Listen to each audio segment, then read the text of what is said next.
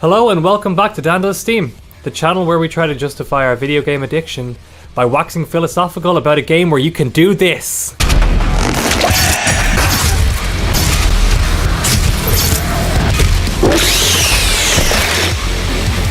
It's been a white knuckle weekend for me as I fought through waves of zombies, ripping and tearing through all that stood in my way. And that was just to get some toilet paper. And I've also been playing Doom Eternal while locked away from the rest of humanity, forced to do nothing but play video games and edit by monitor light. In this video we're going to take a quick break from the Steam pilgrimage to follow up on my previous Doom 2016 analysis video, which, if you haven't seen, you can check out here. Doom Eternal starts a little bit after the ending of the 2016 reboot. The demons have now taken over Mars entirely and have set their sights on Earth. And in true fashion, the Doom guy, now called the Doom Slayer, is pretty pissed about this, and he sets off to Earth to kill the Khan Maker and her Hell Priests. There's also some silly jumping sections, a multiplayer mode, and lots of... Here are my impressions of Doom Eternal. Oh, and spoiler alert and all that stuff. If you don't want anything spoiled, don't watch this. It's probably not for you.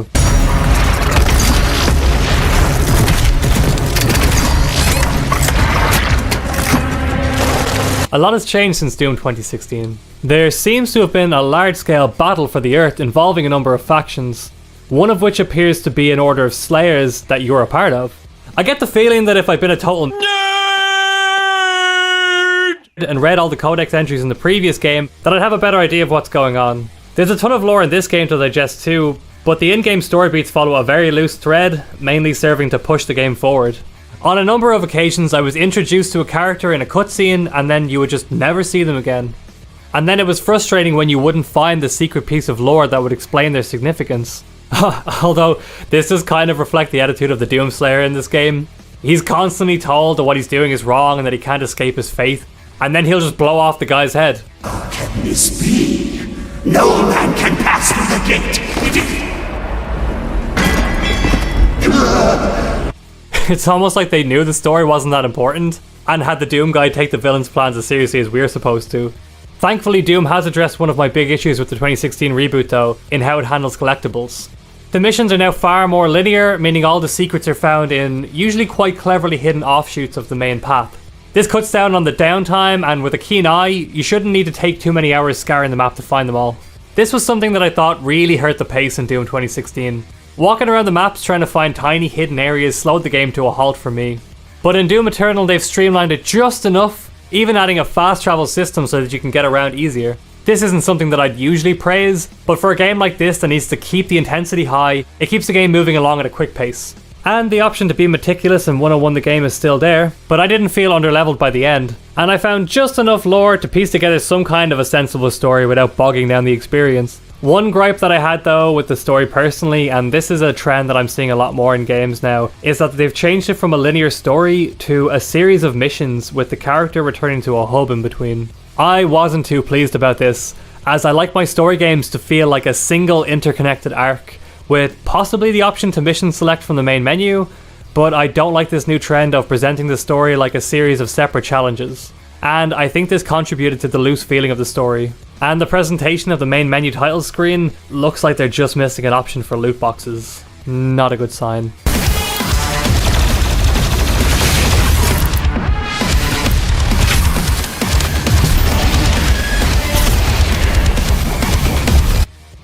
In the lead up to Doom, there was lots of talk surrounding the visual fidelity of the game, because who doesn't want to see this in 4K? The devs were boasting of refresh rates of up to 1000 frames per second. With a GTX 1060 and a 4th generation i5 processor, I wasn't able to get anywhere near that. My frame rate was over 60 frames per second at 1080p though, with no noticeable stutter at high settings. Oh, and the game looks absolutely amazing. I was tempted to try out the maxed out Ultra Nightmare setting, but I prefer that my computer only runs simulations of being on fire. The devs have decided on a slightly more cartoonish look over Doom 2016, with some of the grit from the reboot taken away. Where the enemies in Doom 2016 were robust and meaty, the ones in Doom Eternal are more rubbery and gelatinous. After a while I didn't mind though, as this just makes them all the more fun to splat and rip open. The visual effects and the colour palette have been padded out with a more colourful neon look, making enemies explode in a satisfying haze of luminous death. There are also some great set pieces with areas and enemies that dwarf your character and add a truly awesome sense of scale. And the sound has similarly been given this over-the-top makeover, with every eyeball gouge or neck break having a satisfying pop or crunch respectively. Killing monsters in Doom Eternal is a visceral experience. But the sound is also put to good use to help you keep track of all your new abilities, which we'll discuss in just a second. Every move or piece of equipment that's on a timer, like the dash for example, has a distinct sound when it refills. And you're going to have to become intimately familiar with these sounds because there's no time to look at the HUD as 1,000 demons try to tear your face off. And I think it's safe to say that the soundtrack is absolutely stellar.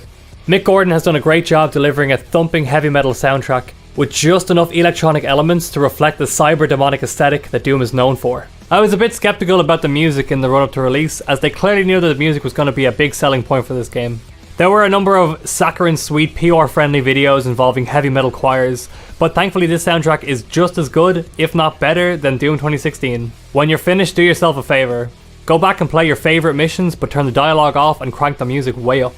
There is definitely a new art style at play here and an overall aesthetic compared to Doom 2016, which was a bit jarring when I first booted up the game. But it's clear that the devs were trying to make Doom Eternal feel a little bit more like the retro games. The main character is chunkier, the enemies are more surreal looking, and the environments are way more gothic and grandiose. Maybe this is how the devs wanted Doom 2016 to be, but tried to appeal to more people. Or maybe this is a new creative vision. But I can see it possibly being a bit divisive, especially if your only experience with Doom is the previous installment. Personally, I grew to like it even more than the reboot, and I encourage everyone to not let it discourage them.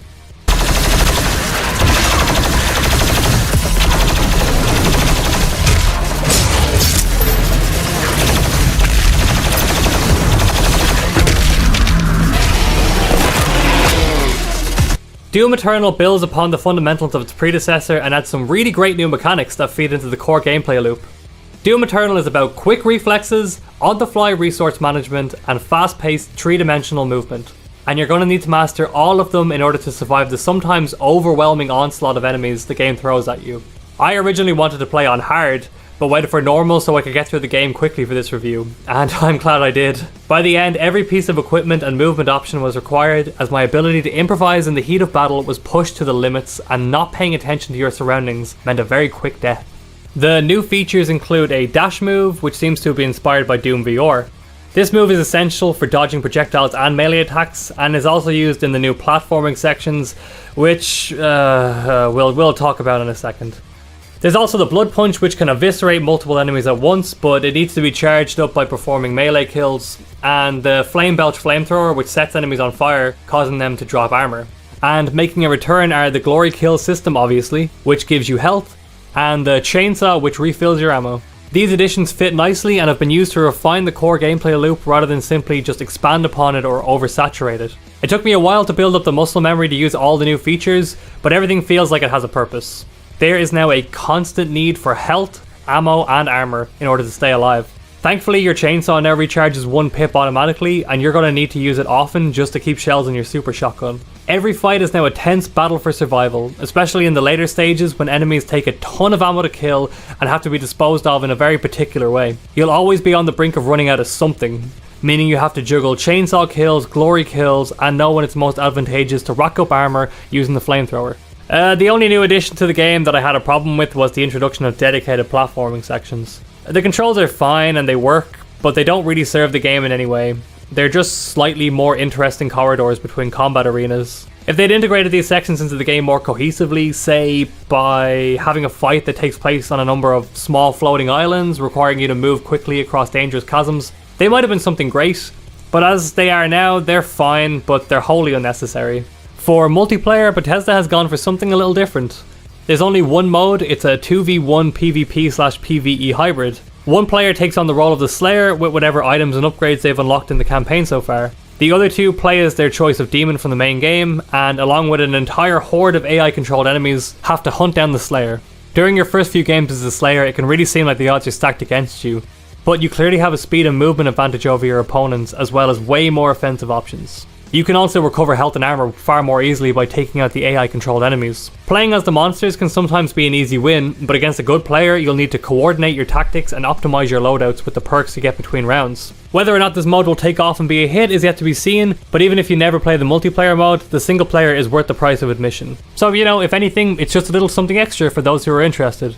And if you'd like an update on the multiplayer after I've had a little bit more time with it, let me know in the comments and I can go into a bit more depth in a future video. And finally, there's a bunch of features to come back for. Whether you want to play through the game with cheat codes or test yourself with the master levels, which are basically like New Game Plus versions of single player levels, which they're going to be releasing periodically. There's a bunch of reasons to come back to the game over the next few months. The game even comes with the first 2 Doom games hidden in the game's fortress for you to play through for free. If that's not value for money, I don't know what is. Okay, Bethesda, I shilled for you. Now where's my money?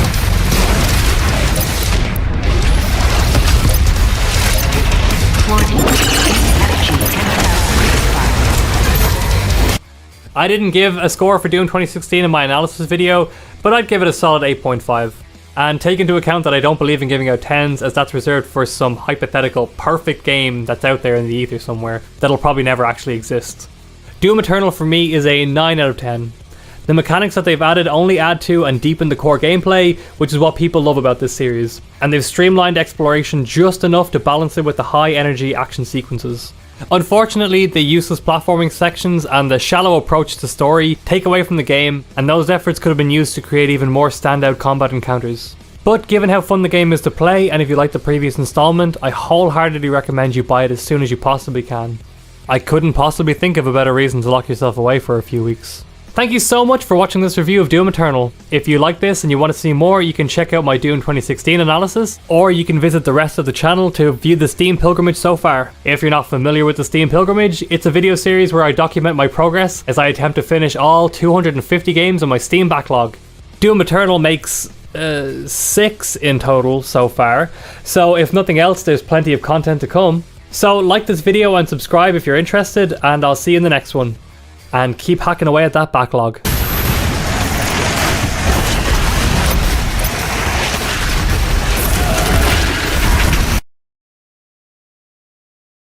Wow, you watched this long? Even after that 5 seconds of black screen?